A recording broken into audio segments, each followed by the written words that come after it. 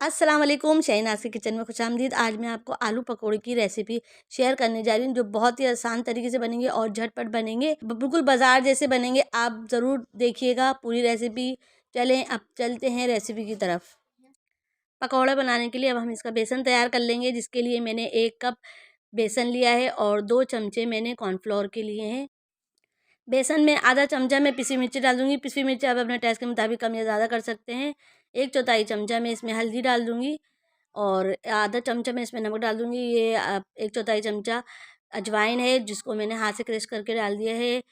इसको क्रश करने से इसकी खुशबू बहुत अच्छी आती है।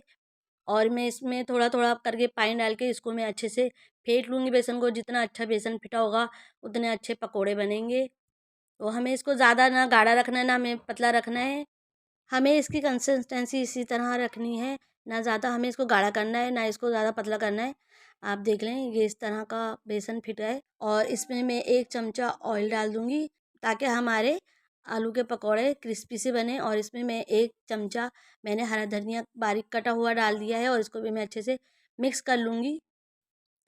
2 अदद मैंने बड़े साइज़ के आलू लिए हैं, इनको मैंने छिलका उतार लिया है इनका और मैं अब इनके पीस कर लूँगी। इनको मैं गोल-गोल काट लूँगी और ना इनको मैंने बारीक काटना है और ना मैंने इनको मोटा काटना है और दरमियाने साइज़ का काटना है। वो मैंने इनको पानी में नहीं भिगोया है, मैंने डायरेक्ट ही बेसन में इसको डाल दिया है आलूओं को और इसको मैं बेसन में डाल के तेल में फ्राई करने के लिए मैं अब इनको डाल दूँगी और इनको मैंने मीडियम फ्लेम पे ही पकाना है, ताकि अंदर से आलू अच्छे से सिक जाएँ, कच्चे ना रहें।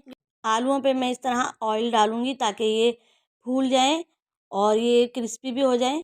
आलूओं को फ्राई होने में 5 मिनट लगे थे और 5 मिनट में इनका इस तरह गोल्डन सा कलर आ गया था और मैंने इनको अब प्लेट में निकाल लिया है।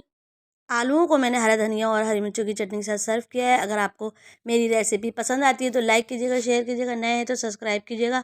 बेल आइकन के बटन को लाजमी प्रेस कर देगा, इससे मेरी हर आने वाली वीडियो आपको पहले मिल सकेगी। अपना बहुत ख्याल रखिएगा और मुझे दुआओं में भी याद रखिएगा। इंशाअल्लाह ताला मैं मिलती हूँ आपसे नई रेसिपी में। अल्लाह हाफ़िज़।